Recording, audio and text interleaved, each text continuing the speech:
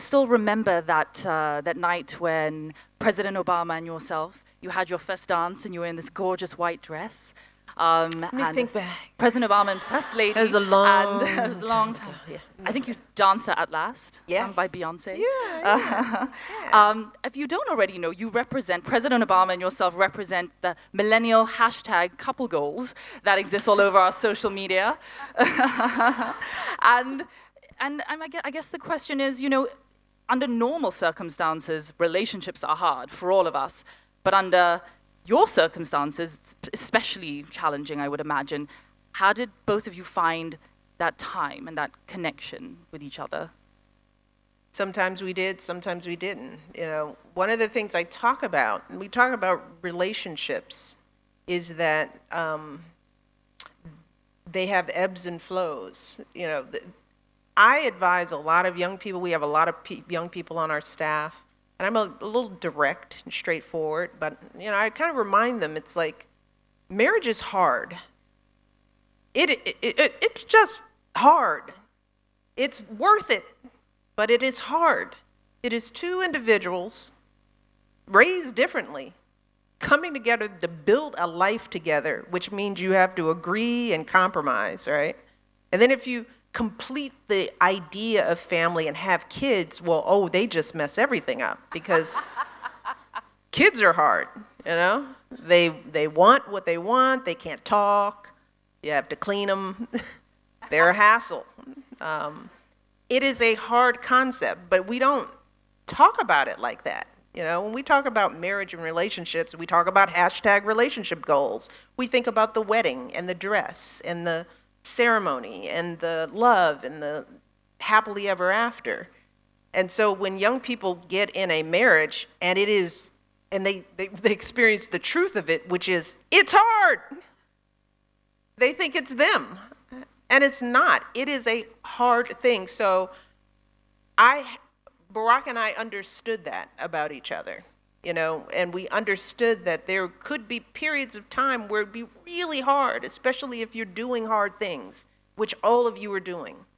You have picked hard careers, change agents, working in communities. Doesn't pay well, it's stressful, you fail a lot, and no one is gonna pat you on the back. Your parents don't understand what you're doing.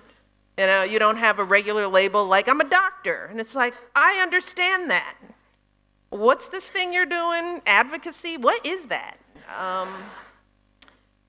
So it is challenging. And I think for Barack and I, we both learned that we have to work through the challenging times, and we have to be forgiving of each other in those times. And sometimes we have to go out and get help. I wrote about the fact that we worked on getting marriage counseling, because I want young people who are in relationships to know that sometimes you can't do this on your own. You need somebody to help you mediate those compromises with each other. And maybe it's not a professional counselor, but relationships require a community to help them get through. And building a marriage and building a family, to me, it's not a solo expedition. It requires a community of friends and people around you and family members and maybe outside help that can help you understand yourself in it, And that's how Barack and I have been successful. We are forgiving of each other.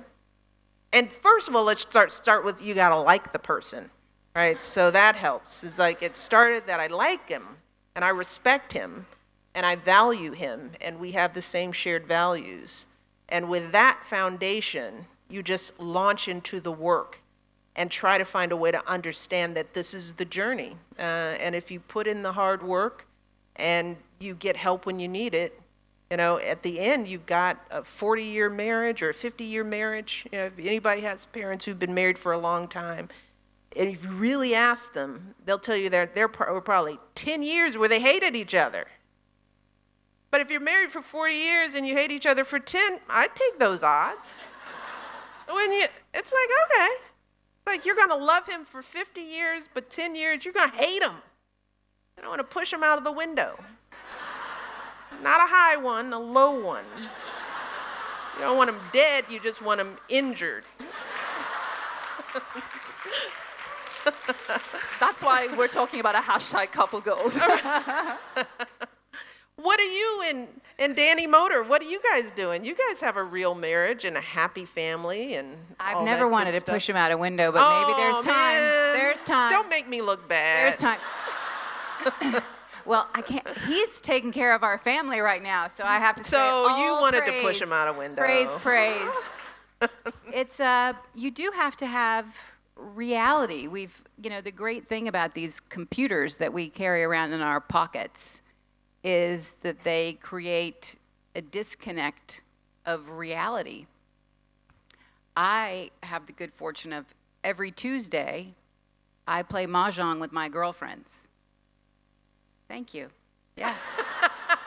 Did you say mahjong in Asia? We're like, we love you. Yeah, I'm happy to. We can play later in the lobby, or because I missed my game this week. But when my husband's home and we're playing, we bring food, and it's a whole afternoon. Drop off the kids at school. We all meet at my house, and then we leave. And Are there everybody drinks? Is there wine? picks up. It is not a drinking game. Am I correct? Oh, man. It is Okay. not a drinking game. I'm still with you, though. Got to have clarity. Oh, you can't. Oh, And there are many times when Danny will come in and say, "You women are so lucky to have each other," because whether it be that we're just laughing and carrying on and bringing joy to one another, or it's a group therapy. And this happened to me, and my kid said that, and then this happened. It's, oh, that happened to me once, and this is what I did, or this is what she did, or this is what. And that community really is what we're talking about here. It's about support and educating and bringing out the best in each other and being there for one another. I was saying things this morning on the phone to my husband that I was taking credit for them, but she had said them to me. And so that's what you do. You take from friends and you apply it to your own life, and that's important. That is the strength of people. But in order to do that, you have to be willing to share, right? And some people are not good community builders because to be in community with somebody means you have to be vulnerable, So, and what I find is that when you are vulnerable, you open up other people's vulnerabilities and everybody gets a little bit more. And I think, quite frankly, that's the problem with men sometimes. You guys are trying to be all tough and you don't want to talk about anything. So you're keeping all these thoughts in your minds and you don't know anything. You need help. You need other people to help you think these things through. It's like, don't do this stuff on your own, dude. You're wrong. Oh my God, I love you. You're saying starting a everything I think. situation here in the front row. We might have to move on.